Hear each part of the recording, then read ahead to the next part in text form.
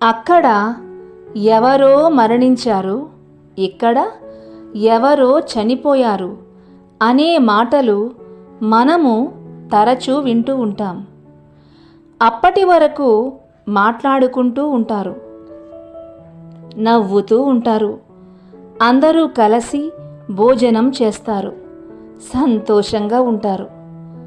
ఆకస్మికముగా ఏదో ఒక రూపములో మానవునిలో ఉన్న ఊపిరి అతనిలో నుండి బయటకి పోతుంది. అప్పుడు వైద్యులు, కుటుంబ సభ్యులు అతడు చనిపోయాడు అని అంటారు. ఇదే మరణం. మరణం రానంత వరకు మానవులంతా ఘనులు, గొప్పవారే. మరణం వచ్చిన తరువాత వికట జీవులుగాను, శవాలుగాను మారతారు. ప్రపంచ జనాభా 800 కోట్లు, అంటే 800 కోట్ల దీపాలు.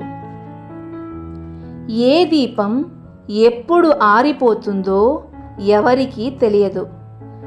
మానవుల జననం, మరణం నిర్ణయించినవాడు దేవుడు. సృష్టికర్త సృష్టి అంతటికీ అధికారి.